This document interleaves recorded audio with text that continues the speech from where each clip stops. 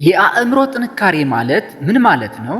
እንዲህ አድርገን እናስበው። አካላዊ ጥንካሬን ለማግኘት የአካል ብቃት እንቅስቃሴ እንደምናደርገው ሁሉ ለአእምሮአችንም የምንሰጠው ጊዜና የምናሳየው ዲሲፕሊን በአጠቃላይ ጤንነታችን ላይ ትልቅ ለውጥ ያመጣል። ጠንካራ አእምሮ ሲኖራችሁ አስቸጋሪና አስጨናቂ ጊዜያትን በቀላሉ መወጣት ትችላላችሁ። ፍርሃትንና ጥርጣሬን የማሸነፍ አቅማችሁም ይጨምራል። ታዲያ የአእምሮ ጥንካሬን እንዴት ማሳደግ ይቻላል? የአእምሮ ጥንካሬን ለማዳበር የሚረዱ 7 ሚስጥራትን እነሆ።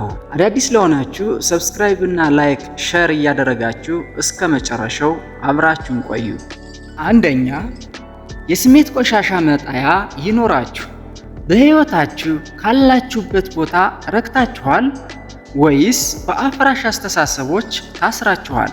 አሉታዊ ሐሳቦች ወደ ፈለጋችሁበት ግብ እንዳትደርሱ እንቅፋት ይሆናሉ።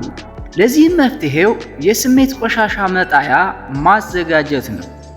ይህም ማለት ጭንቀትን፣ ፍርሃትንና ጥርጣሬን አውጥታችሁ የምትጥሉበትን መንገድ መፈለግ ነው።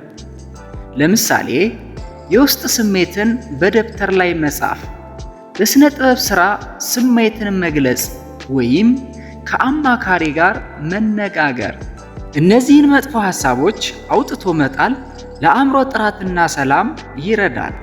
ሁለተኛ፣ የመምረጥን ኃይል እወቁ። ትክክለኛውን ውሳኔ አልወሰንኩ ይሆን ብላችሁ ትጨነቃላችሁ።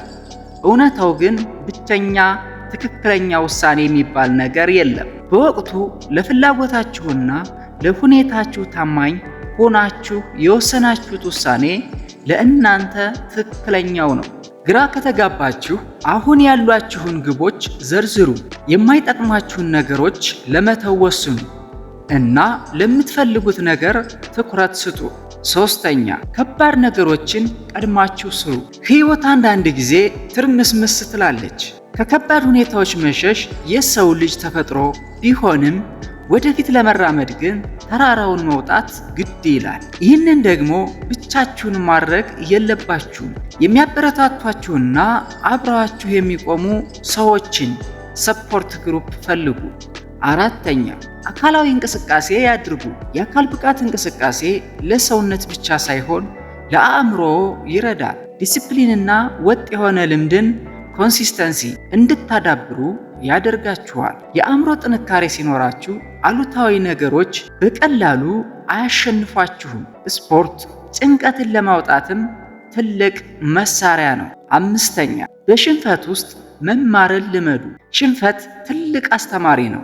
ስንሸነፍ በሚሰማን ጭንቀት ከመዋጥ ይልቅ ከዚህ ምን እማራለሁ፣ ወደፊትስ እንዴት እራመዳለሁ ብሎ መጠየቅ ያስፈልጋል። ለራስ ኃላፊነትን መውሰድ ስትጀምሩ ስህተቱን በድጋሚ ላለመስራትና ወደፊት ለመራመድ ቀላል ይሆንላችኋል። ስድስተኛ፣ የምስጋና ልምድ ይኖራችሁ። በመከራ ውስጥ ሆኖ ማመስገን ከባድ ሊሆን ይችላል። ነገር ግን ማመስገን ደስታን ይጨምራል፣ ድብርትን ይቀንሳል፣ እንዲሁም አሉታዊ አስተሳሰቦችን ይሰብራል። ባላችሁ ነገር ላይ ስታተኩሩ ልባችሁ ይቀላል፣ ለህልማችሁም አዲስ ጉልበት ታገኛላችሁ። ሰባተኛ፣ መቆጣጠር የማይቻሉ ነገሮችን ተው። ሁሉንም ነገር እኔው ልቆጣጠር፣ እኔው ላስተካክል ማለት መጨረሻው ድካም ነው። አንድ ችግር ሲገጥማችሁ ይህ በእኔ ቁጥጥር ስር ነው፣ እኔስ ምን ማድረግ እችላለሁ ብላችሁ ጠይቁ። ከቁጥጥራችሁ ውጭ የሆነን ነገር መተው አእምሯችሁ ሰላም እንዲያገኝ ያደርገዋል። እነዚህን ነጥቦች በመጠቀም የአእምሮ ጥንካሬያችሁን መገንባት ትችላላችሁ። እናንተስ የአእምሮ ጥንካሬን ለማሳደግ ምን አይነት መንገዶችን ትጠቀማላችሁ? በኮሜንት አጋሩ። ቪዲዮ ከጠቀማችሁ ላይክ እና ሼር ማድረጋችሁ እንዳትረሱ። ቀጣይ በሌላ አዲስ ርዕስ እስከምንገናኝ ድረስ ሰላማችሁ ይብዛ። ቻው።